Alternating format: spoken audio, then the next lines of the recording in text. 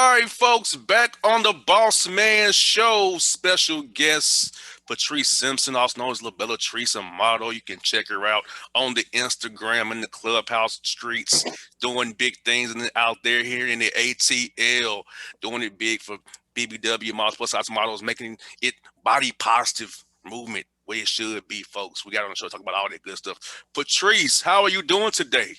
Yes, sir. I'm doing well. Thank you for having me on the Boss Man Show. I'm excited to be here and definitely to be able to talk more about body positivity and the changes in the industry too. So, Yes, indeed. And I got you some of your topics here you sent me. Now I'll tell you this. And I was a younger guy. I wasn't into bigger women. I wasn't. I was against it. I was oh, like, I was like nah, it's too big for me. Nah, I'm good. As I've oh, gotten older, I flip the script. See, I matured. I'm glad to hear that. Yeah. So I understand because now my purpose is a plus size woman now. Before it was different type. So that's my preference now. So I can say for me, as a host, as a man, personally, professionally, I'm all about that the life now. So I seeing what you're doing, what you're doing in your modeling career and what you're about and your influence, want to have people on this, have you on to talk about it because I feel like Patrice, a lot of people don't understand. They all you want is the pencil thin model. They want Right. to put you in a box. No, Mm-hmm. you can do anything you want to do. Runway, shoots, Absolutely. magazines, acting, whatever. You know, it's got to be a pencil. So I want to talk about that and how the industry is changing and showing more love to the plus size women now. Yes, definitely. For me, and plus size modeling is something that I just kind of walked into in my life's journey. I first got into it because my cousin just happened to be a costume designer for, because my heritage is Trini, meaning for those who don't understand, Trinidad and Tobago. So this runs in my blood, carnival. So she creates costumes and she uh, one day just decided to let me actually model her costumes. I just happened just to go over there, and when I went on the stage, it was just like a completely different feeling. Like you could just feel like in your soul, like that warmth of this is where I came alive. This is what I'm supposed to be. I'm supposed to be here. Like I love this so much. So after that, I just continued to venture further into it. I got in contact with my modeling agency now, the AI model management, and I just continued on with that journey. And along the way, I recognized that, especially in Carnival, there's not much representation for women that are my size. Like if you go now, like commercialized, you would see kind of the thinner shaped model for the front line. They have different sections like front line, midsection, and back line. And back line is always covered up. So models that, are my shape would do that. So in Atlanta, shout out to Atlanta DeKalb Carnival, they have more inclusivity for bodies. So we would see more women that are my shape because I really consider myself a plus size, BBW um, body shape, and I would see more women out there really modeling this, and in turn would see more women on the road without t-shirts on because women who are not comfortable with their bodies I've seen in Carnival would wear more clothes, and the thinner models would be in like literally just a string and some bedazzled beads on there and a back piece. And I'm like, I would be out there with just bedazzled, strings and a back piece as well, being as free and as bold as I possibly can. And when I did that since 2017 to now, unfortunately, COVID is, being a party pooper, but it's definitely set to come back for 2022. So get ready. Um, it's already in the works. And when I started doing that from 2017 up to 2019, it was a completely different change of conversation, of people being interested, of like, oh, the thicker girl's out here with all of her ham hocks showing, all of her body out here doing all, enjoying her culture, enjoying the time, being free. because that's what carnival literally means, is a brightest, strongest expression of freedom. Mm-hmm. And like that's how I got into it, and from there I just continuously built upon it. I would say I am going into the lane of runway modeling, but my passion is my first love is carnival for sure. So I'm more of a, I would say maybe new age model, new age model, but I have way more love for carnival for Most sure. definitely, Patrice. And like you said, like, women's body images in the industry and in general, like, women are being more okay with being thick now and having curves, having a butt. They're cool with that now.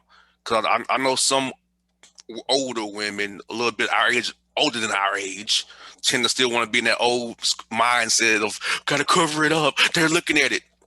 You want all Yes, all these women want to go get butt implants and get shots and get Brazilian butt lifts to have butts, and you're trying to cover up what God already gave you. Seriously?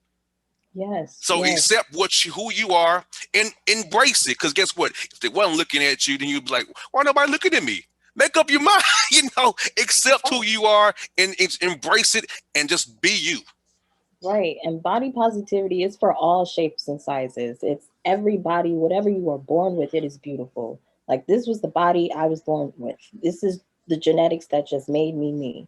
And I'm embracing that because when I was younger, I was definitely one of those women, girls too, that was told, make sure you don't cover cover yourself. You don't want to expose too much because you don't want to bring so much attention to yourself. And I'm like, but at the end of the day, how am I feeling about my own body?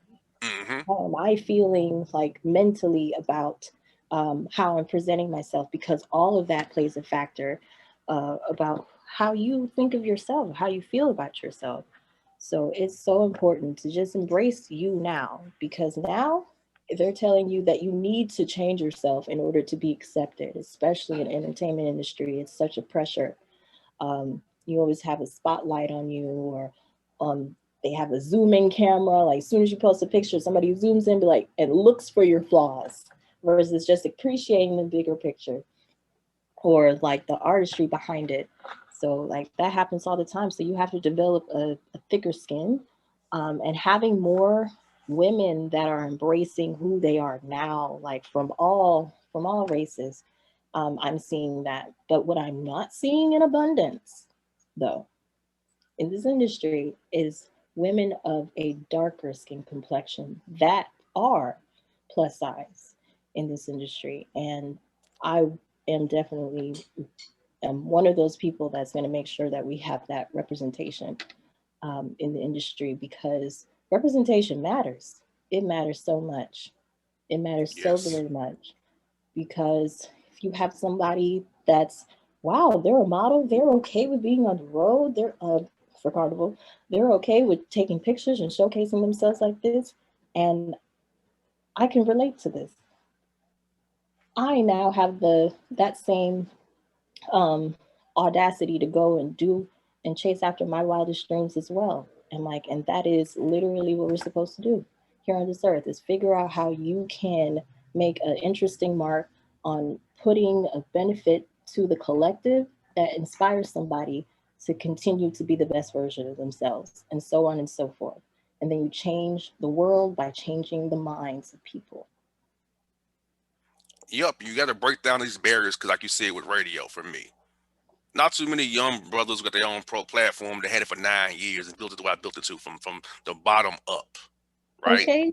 Having to scratch and claw, but now I'm covering the Hawks, the Falcons, and the Braves, and whoever else I want to cover.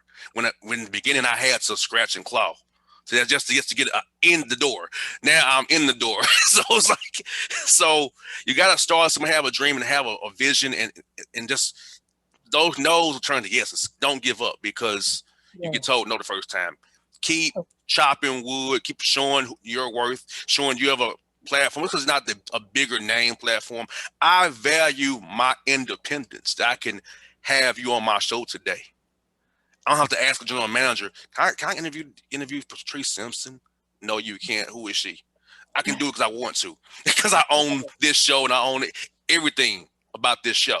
So have been able to break down those doors and represent yourself in those fields is so important. And like you said, I don't understand this whole thing about dark and light and in between, because to me, you're a beautiful Black queen. I don't care what color you are, right? Mm-hmm.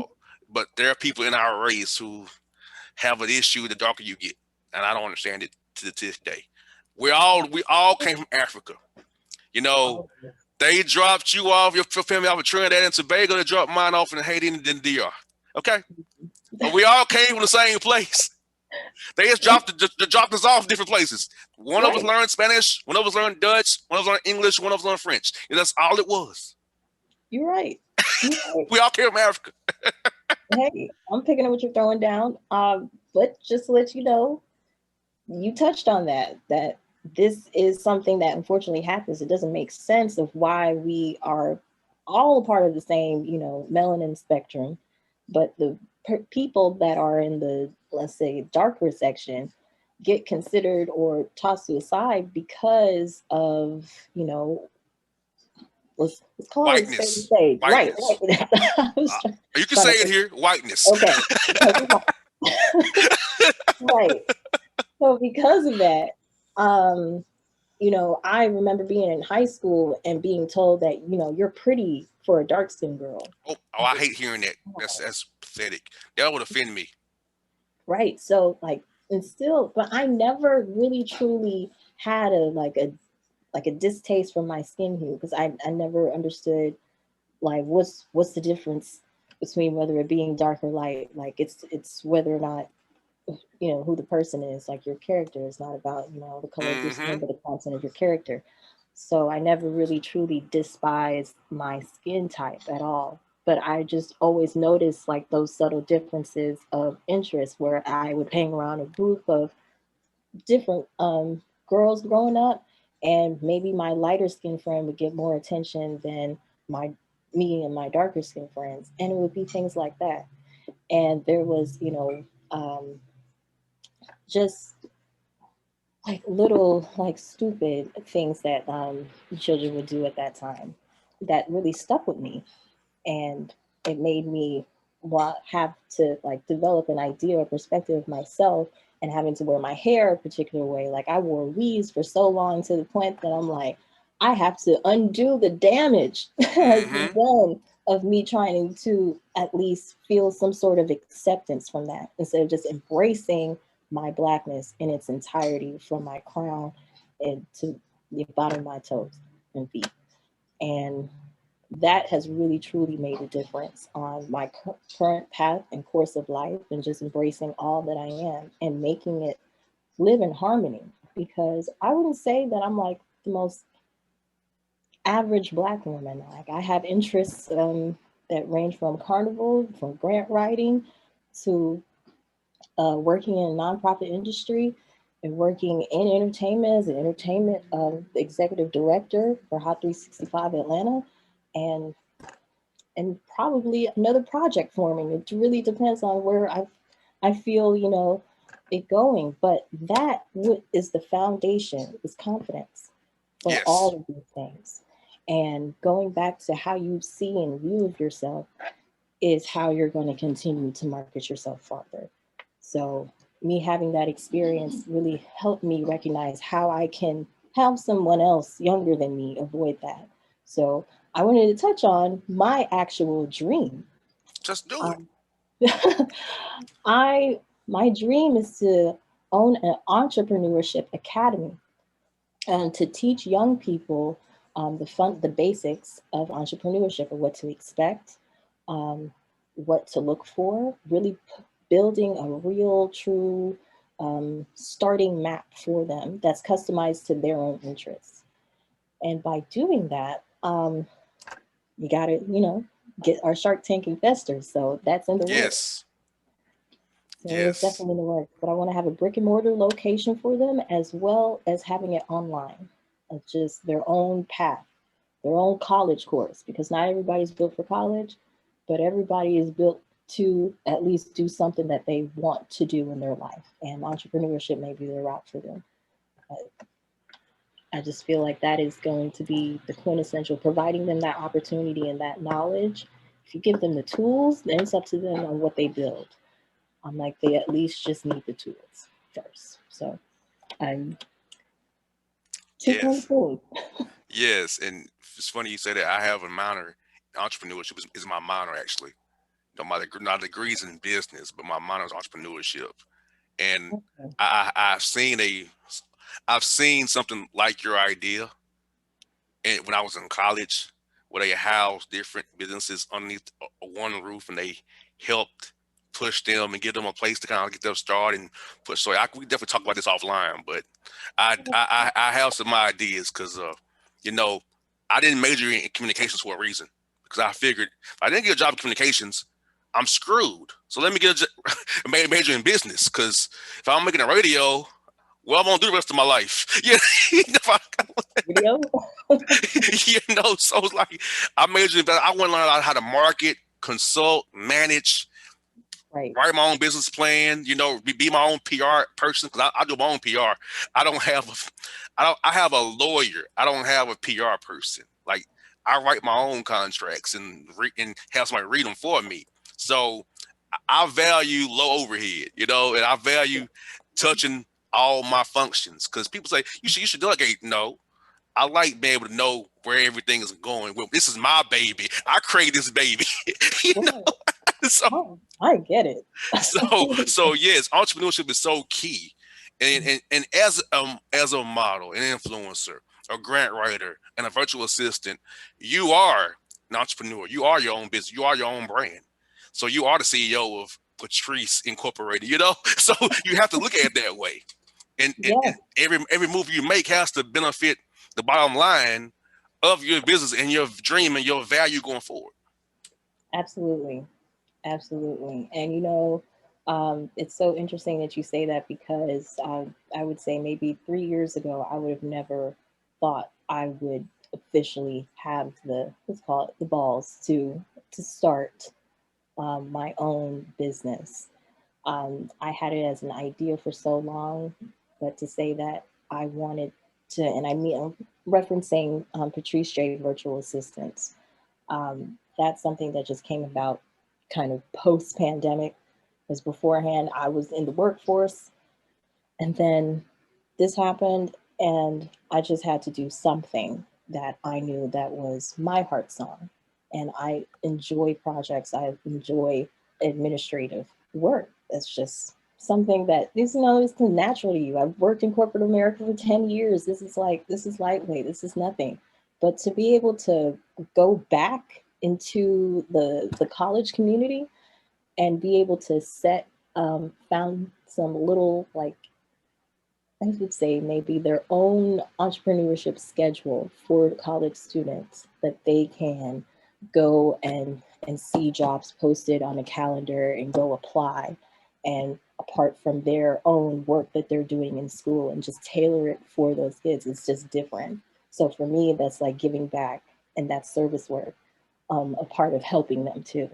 So having that really, like, from the ground to now. So it's been really, really, really great. And I'm just happy for the journey of life. I'm just happy for the journey of life, and really just continuing to work on you, like working on you. You cannot cheat this grind. There is nothing, you cannot cheat this You got that right. grind at Every all. day the grind is real. That's what I always say. Yeah. Every day Yeah. the grind is real. And let me ask you about this. The women's body image is commercialized in the Carnival Caribbean community. Tell us about that, and how's it in Atlanta, and what's kind of the mindset of people here in Atlanta and the South about that right now. Well, being raised in the South, my body shape was always accepted. So, but it was at the same time not necessarily like out there in abundance, like for to see women of a heavier set really wearing revealing clothes, because we take that, we put the notch up high when it comes to our carnival costumes. I think one year they're just going to spray paint body paint us and just put bedazzles on us and a back piece and say that's your costume.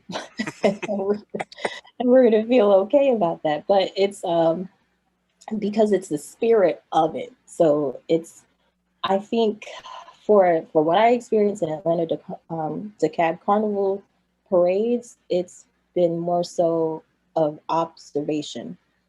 Like they love it, but they're like not accustomed to this type of culture. So the response has been welcoming, and also, what is this? This is interesting. This is new. Um, from that aspect, from being in the Caribbean community in Atlanta, for women that are plus size, they would just have, well, I recognize a lot of bands, what we call it. So there's groups of different. I'm a part of Vibes and Vision. There's different groups or bands that are on the road, and everybody's, of course, personalized to whichever uh, you know, representation that they want to be able to express for them. So lots of bands would either have costumes that are just designed for skinnier women only, and then they'll have more body representation and inclusivity in other bands. For the one that I'm a part of, Vibes and Vision, shout out to them. We are definitely body inclusive. So you'll see something from the skinniest of women to the most curviest of women, and that it's been a half and half. So there's some bands that are accepting of it, and there's some that are, then they go with the more traditional, like international,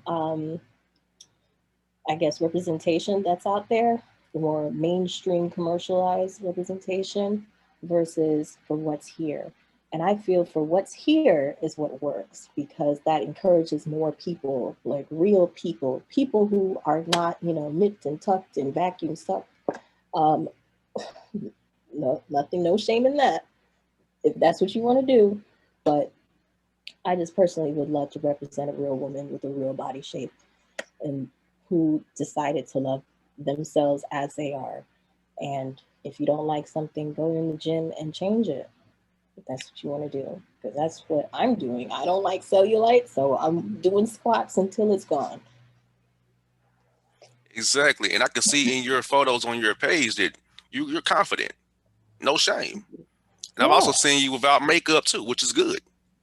like now. So sometimes like some people they ain't let you see them without makeup or without being in their tip top, whatever. Like you're naturally who you are, and you show who you really are. You're not scared of your body. Some women in your position wouldn't even show their stomach. They wouldn't show the natural stretch marks and nothing like that.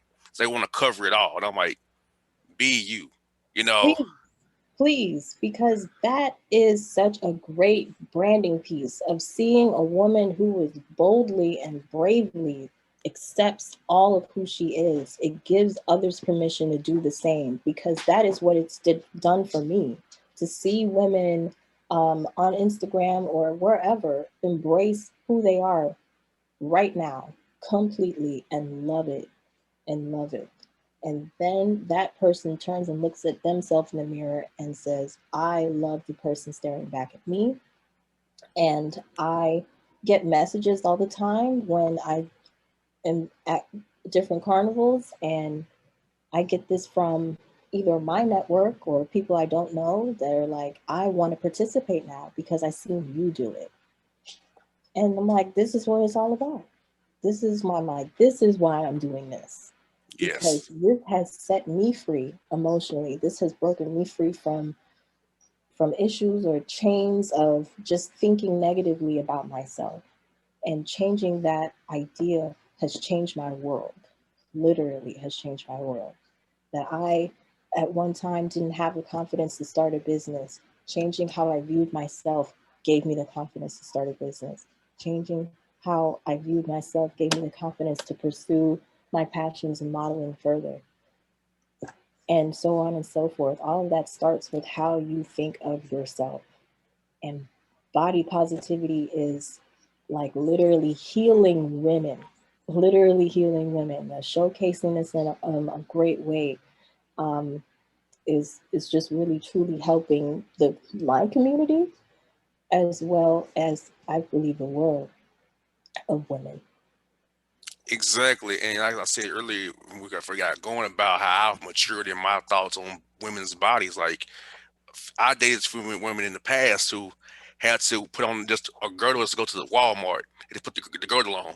I'm like, just be you. Why are you putting this girdle on and this choking you almost? You know, I'm like, just be you, because you with me. But I care. But I'm the dude. I don't care. I like you the way you are. I'm laying here with you in your natural state, waking up to your bad breath and all that stuff. But I'm here, right? In your rawest form, I'm with you.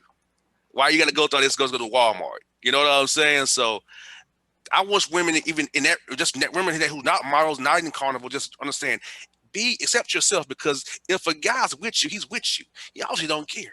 And if you don't like something, let's go to the gym. Let's go do what we can do around it. But that's not go get surgery and get sucked out, and because that can backfire too and cause more problems down the road. You know, That's that's the part that I fear for women who getting that in their heads. I gotta go get a procedure. You know, that can backfire still too, and you still not have the satisfaction that you want or the confidence that you desire.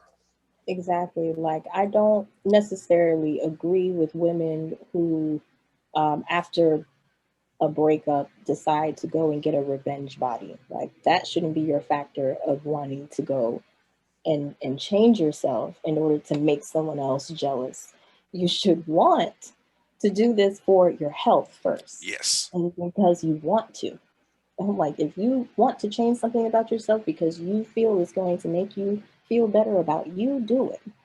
Like, I have friends who want to have a Brazilian butt lift, or I have friends who actually had cosmetic surgery for their breasts, or whatever else that they want to do. And I support it. If this is a you hmm, decision, if this is something you specifically not want to do, not to get the attention, not to do anything externally, but just simply acceptance of you, and that's it.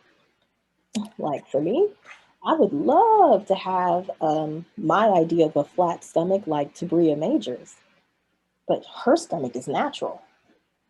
So I'm like, I know that she worked in the gym for that. So I know what I have to do for it. So I know this is something that's not going to happen from liposuction, because that's scary. Liposuction is very scary. Like, that's what they don't tell you, because hmm, you're shoving this metal object in between a layer of fat and your actual muscle tissue, and hoping that that layer doesn't like continuously just stay like that instead of being flushed like this. And that goes in a completely different direction. But going back, I completely understand from why even women would want to um, feel like the need to do that, but I don't agree with changing yourself or anything externally. Do it for you. Do it for you exactly, only. Only. That should be your only reason. exactly. And you know what's interesting? Let me ask you this question, because I'm a only child too. So how was it being like the only child? How was that? Um, you know, I would say I wasn't necessarily lonely, but I would have loved to have a brother or sister. So now I felt like that longing I kind of put on my friends accidentally. Accidentally, not on purpose, not intentional. So for the close friends that I have, they're family to me. Like, I would, like, if you need a kidney, I got you. Like, we're friends. You're Like, you're better friend than me. I ain't doing that. I ain't going that far. but that's because I didn't have a sibling. So immediately, like, I love hard. I love very hard. So if I am that close to you, and like we have, I mean, of course, this is something that's earned, not just me like, hey, do you need a kidney? I got one. Like, I'm not, like, this is something that's earned and gradual through time to get this, a stamp of, I now consider you my family. And we are very close. So I, of course, wanted brothers, sisters. At one point in time, I really wanted to join a sorority, like, just figuring out healthy options to fill this void, but I think I just eventually just started to do what every only child does: grow up selfish and and read Yes. read books and be not really willing to share and stuff like that. But that wasn't really me. I always kind of acted like I had brothers and sisters. Like I was just always fascinated with people, and the relationship I have with my dad, he's like my big brother at the same time. So I'm fine. Yeah, man, my dad taught me oh so much stuff, and you know, I thank him for his lessons he gave me because they all ring true today. All the lessons he gave me still ring true as we speak today. And you know, you went to HBCU school, so tell me how was that experience? Because Right, I did as well. Tennessee State up in Nashville, so I went to school at. right. So, what was PC one time. Yes, Payne College of my heart's desire. Ah, yes. I learned so much about the art of the hustle going to an HBCU. I think there is really where you find yourself because you're fresh, still wet behind the ears from high school. You don't know nothing about nothing. And then you have the audacity to want to even be a student leader on top of that, going to a school. So that was me. I ran for being first vice president of Student Government Association and succeeded to SGA president as a sophomore. And that's a whole different story. We'll talk about that offline. okay? No, definitely. I'm all for it. But that position made me recognize a lot. So, that's like circa 2009, 2010. So that's Young Money was all the rage. I remember that. Yes, I'm gonna make your bed right, girl. yes, that exact era. So, so at that time, still trying to find what my look is, particularly. So I love Nicki Minaj pink track in the back. Tell me why I had a gold track in the back. Wow. I mean gold. Like it Wow. was not blonde. That was gold. Who was Gold in track there? in the back. Right. And I'm doing this running for a student leadership position with long acrylic pink nails that probably come out to here. True Barbie. True Barbie. Okay. And I had the nerve to be like, hi, I'm running for first vice president of Student Government Association. And from there, like that experience I talk about, like really helped shape my mind on politics and business at the same time, seeing how the institution was ran as a business and also seeing the service work, the real true heartfelt work that you have behind really caring about these students and everything that else that goes behind it, the budgets, coordination of events, activities, getting in contact with staff um, and professors, and just creating pretty much our own world. And it was that way for 4 years. And it was so beautiful. Like when it ended, I was like, nah, they're gonna tell me that I didn't graduate. They're gonna take my degree. Like it's not over, is it? It's not over, right? It's over. You graduated, you're done. Take your degree and leave. So now, so now I just go back when I can, and I go for either Payne College Fest or homecoming, and it just it's a nostalgia that you always stay with. You always stay with, always stays with you. You see how I lit up when you talked about my HBCU because it was such a great experience for me at that Yes. time to really understand who I am as well as how I can fit in this world as a Black professional. HBCUs are so important because a white professor cannot tell you what it's like to work in corporate America as a Black person. Sure They can. cannot. Only a Black professional can tell a Black student what it's like to work in a white professional environment and how to thrive and succeed in there and what to expect. Because those were the conversations that I was having in the classroom in my media communications or mass communications, PR, radio, all that. those were the conversations that we were having of how we can put our own standpoint in this world or our own footprint into this world, and not stem away or sell out or go away from the purpose. And that is to reach back, bring each other forward with your own objective and personal talent. So that experience with an HBCU will always stay with me. We need that. That is something that cannot ever go away. In every area of the country that it exists, it has to continue to thrive because we, I love us for real. We got to take care of us for real. Mm-hmm. You got that right. And Tennessee State University helped mold me. A lot of people I'm still close to this day up there that are still there. And some people, some friends. I mean, on one of my segments, the Boss Report, my co-host, one of my best friends from college, met him where? At Tennessee State. So just right there, my show, my best friend from college is on the show with me every week on the Boss Report from Memphis, Tennessee, over there in the 901, so, doing it big over there. So yeah, pain, no doubt. It's funny you mentioned politics. I also told you about off the air that, here in Georgia, these Republicans passing laws, they can't give people water. It's a felony to give them water at the polling place, and limiting drop boxes from 9 to 5, so you can't go drop it off while you're doing work. You're doing the work hours, so so you usually people drop it off in between when they on the way to work or after work, right? Anytime, right? Now you got to go during voting hours. Also now you can't need an ID to get request absentee ballot. No excuses.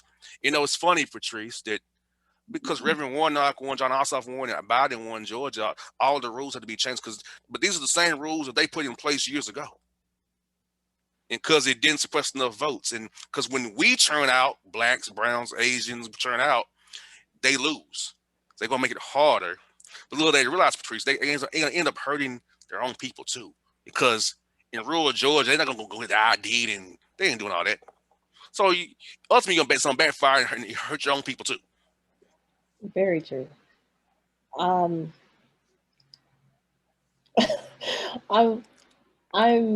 really trying to think of an HR appropriate way to express my thoughts right now.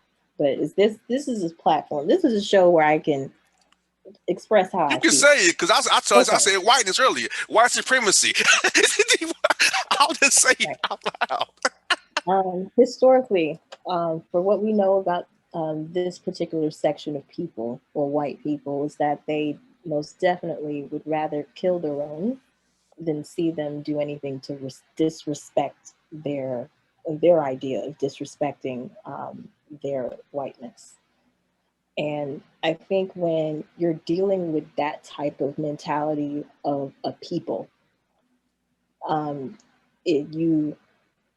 you're in a very interesting fight, because that means that they would rather see their child dead than to be a conformer or a aid, an ally to what's right, essentially.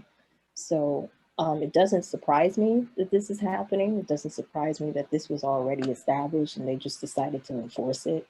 It doesn't surprise me at all. This is how what we now are seeing people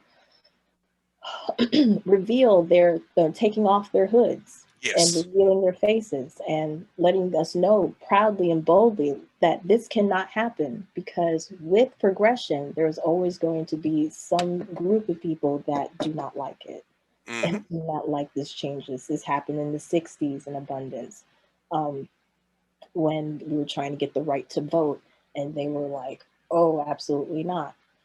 This is not on my watch. And then you see all of these people with their own now. And at the time, they didn't have it in abundance, but they were out there, were being killed too, because they were an ally.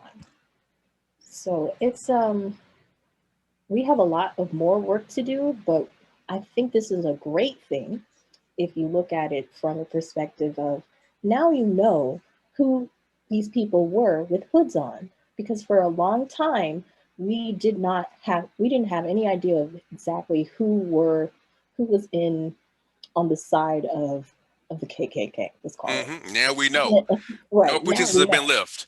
They Right, dropped all pretenses now. We know. we They've know. dropped all pretenses. We know now. And I'm We glad. know. Exactly. So it's like it's a lot easier to fight the enemy when you can see them when you can't. It's a lot easier to do it that way. It's a lot easier to be able to recognize exactly who your enemy is now when they reveal themselves and their true agenda and their real focus on absolutely not. We can't have Georgia as a blue state. This hasn't happened since 1992. Since Mm-hmm. 1992, this state had one consciousness of being Republican or being in the state of keeping it in the 50s or the 40s, of keeping it into this leave it to beaver age and era, Mm-hmm. and having this need to compartmentalize everyone and everything and have it in this kind of, I call it stoic kind of system, and Yes. leave it at that.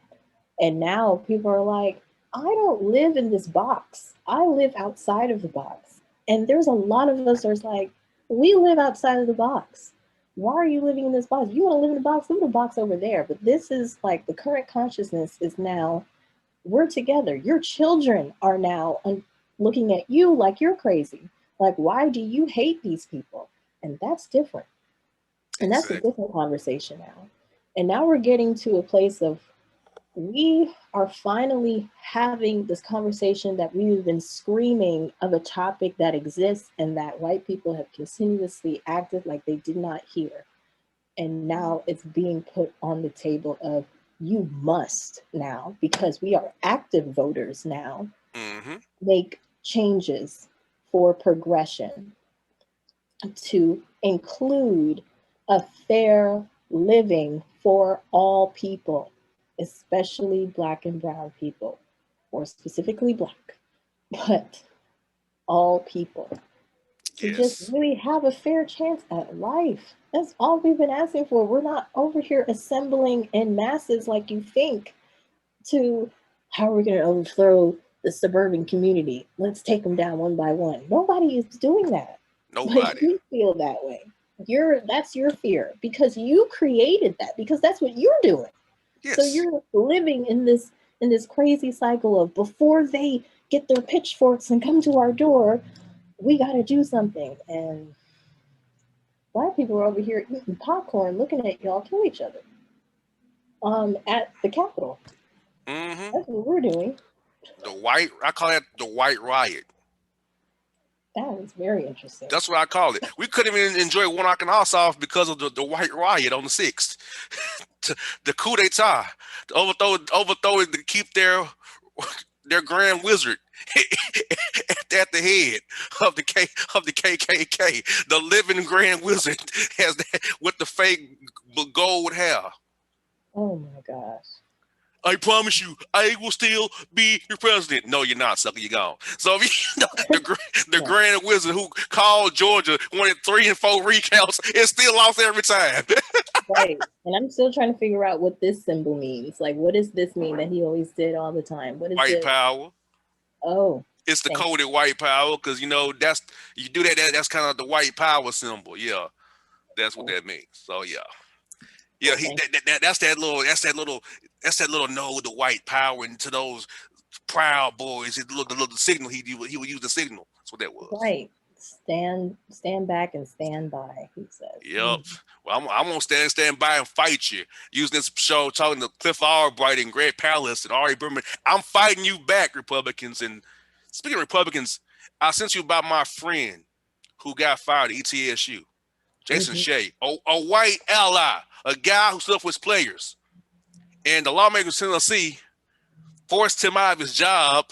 Boosters took away the coaches' cars they gave him as loaners, Mm-hmm. threatened to take away funding, and forced him out, standing up for his black players. And we're gonna fight it. I'm banging the drum for Jason Shea. Hashtag support Coach Shea. and I'm talking to representatives in Tennessee about this on the show, about what we can do to keep putting pressure. You know, Rising Coaches, DI Alliance has made a statement about it. It's crazy. Forcing a man out of a job. He supports his black players in their First Amendment rights. But it's funny about Republicans, Patrice, is First Amendment rights only matter when it's their narrative. When it's not the narrative, no, you don't have First Amendment rights. You're wrong. You're this and that. You need to assimilate to what we say do. No, hell no. Right. I tell my non-black friends all the time, end of the day, you see it from your white lens. I talk to you about life from a black lens. So there's always going to be a gap there.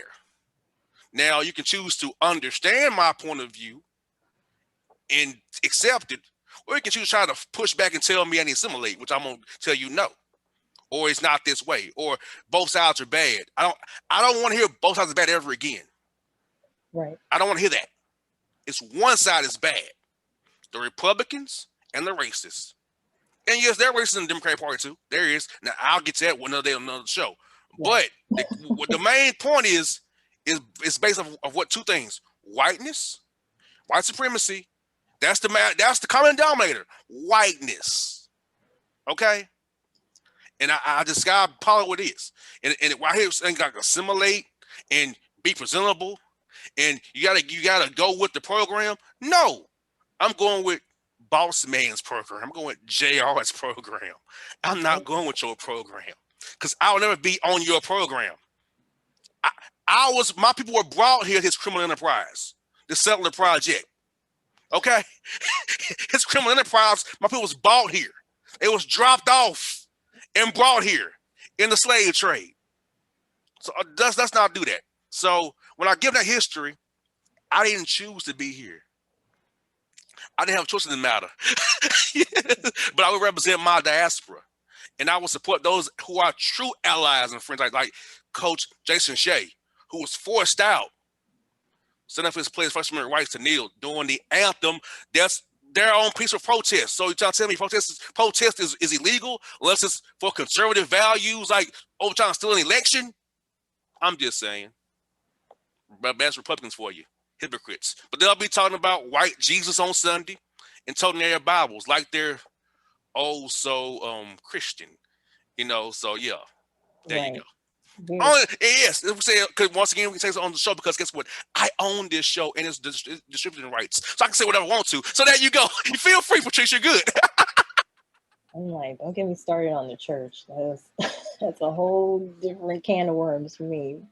Or like, I just seen a video and they were discussing, like literally, it seems like there's meetings from that video, discussing the Lil Nas X video that came out and how he has Satan shoes and how they're trying to stop the sales of this shoe.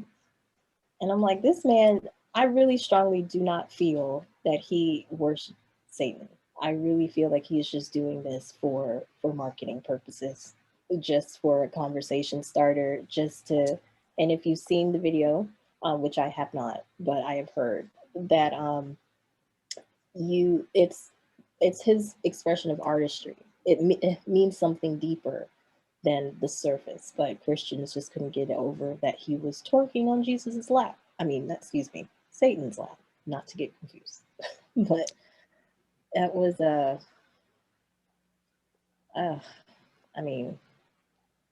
I didn't have any issue with it. I appreciate all forms of artistry, but I can understand how it could offend people. Hey, that's my 2 cents. I must do you. My whole thing always been people do you. Right. Now, whatever you do you. As long as it doesn't affect the boss man on the Boss Man show or me personally, do you. I don't care. Right. That's how I feel. Do what you gotta do. I don't care. I ain't gonna stitch on you. I ain't gonna tell on you. I don't need you telling on me what I'm doing. So do whatever you're gonna do. I'm cool with it. As long as it don't affect me, my bottom line, go for it. Yeah, I just have the issue with the pick and choose with the Christian community of what upsets them, because Billie Eilish had a video where she was like really like dark and twisted and saying how she like loved the devil and stuff like that, and you didn't hear anything about it. Like if you go watch that video, that's more disturbing to me than this Lil Nas X video. Mm-hmm. And fun fact, Lil Nas X and I actually went to the same high school, not at the same time, but we went to the same high school, Wow. Whitney Springs High School. So I'm not being biased, but, but yeah, I just think it's really interesting how you can pick and choose for the same type of narrative from a white woman, expressing her love for Satan, and this person doing artistry in regards of just doing something a little bit, different than considered normal, but that's his artistry, and I don't think like that's okay. Like if you're not gonna like something, don't like it across the board, no Exactly. matter who does it. Don't pick and choose what you don't like. You got that right. Before you wrap up here, Patrice, tell us people how to find you and what you got coming up here in the near future so people can keep up with your great work and your great progress here and your dreams and visions here that you got coming up here in 21 and beyond. Yes, yes. So what's happening this year is more modeling of vintage queen, natural vintage queen. You're gonna see more pinups of me coming this year. You can find me on Instagram of at Labellatrice, and that's LabellaTreese, and find more information on what's happening with Hot 365 ATL at hot365radio.com.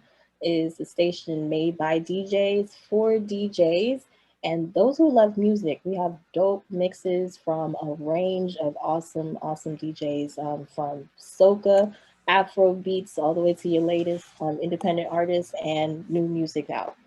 So download the app and start listening because you don't want to miss that. We've been going up. And also, grant writing website coming soon, but you can get tag me at Labellatrice on Instagram. So feel free to just send me a message. I don't bite. I respond back. I'm a nice person, pretty laid back, easy to get along with. If you like anime, definitely let me know what your, latest anime show that you're looking into. I'm looking to get into some more anime. I'm trying to get well versed because I'm also interested in cosplay. So any cosplay convention coming up, DM me. Let me know. No doubt. Folks, that's Patrice here on the Boss Man Show. Check her out. It was fun to talk to her for almost an hour. Perfect people. Check her out. We out.